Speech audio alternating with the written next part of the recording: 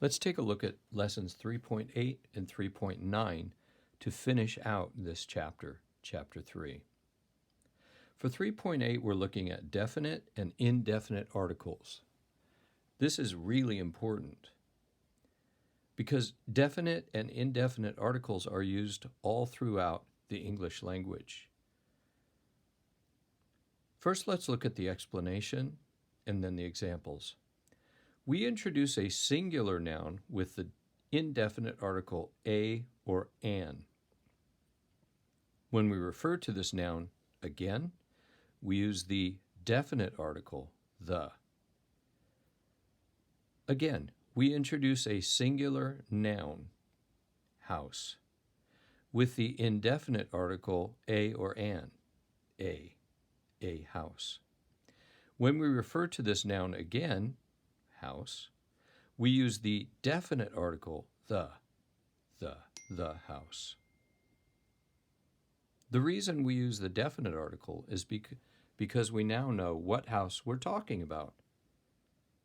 Our house. We have a house. This is our house, and our house is the house, which has 3 bedrooms. Let's look at the examples more specifically.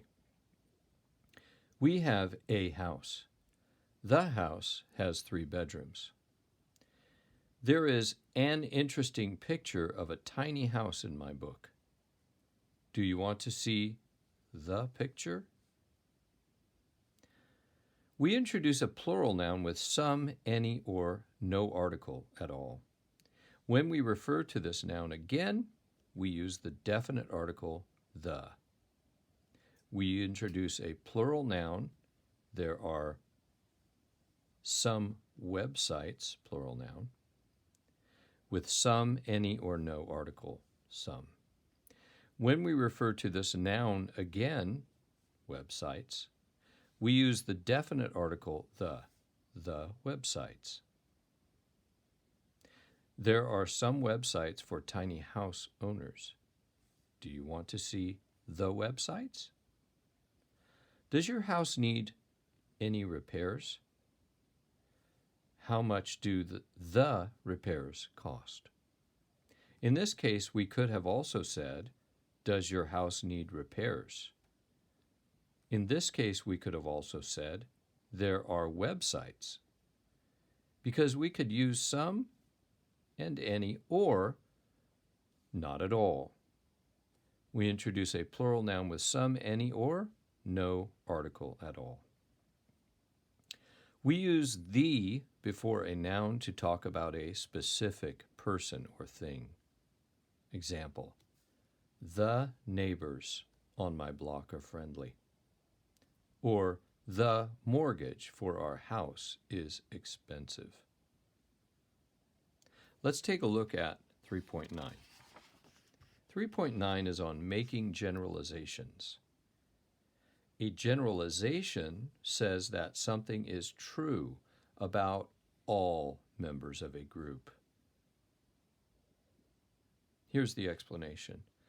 To make a generalization about the subject, we can use the indefinite article a or an before the singular form of the subject.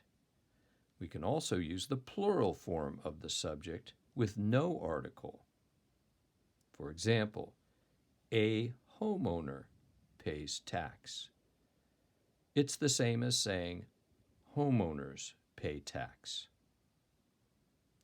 An apartment is expensive is the same as saying apartments are expensive. These are equivalent in their meaning. To make generalization about the object, in this case, room, I is the subject, rooms is the object. To make a generalization about the object, we use the plural form with no article. I like big rooms. I'm not interested in tiny houses. Again, to make a generalization about the object, rooms, houses, we use the plural form with no article. Plural form. S.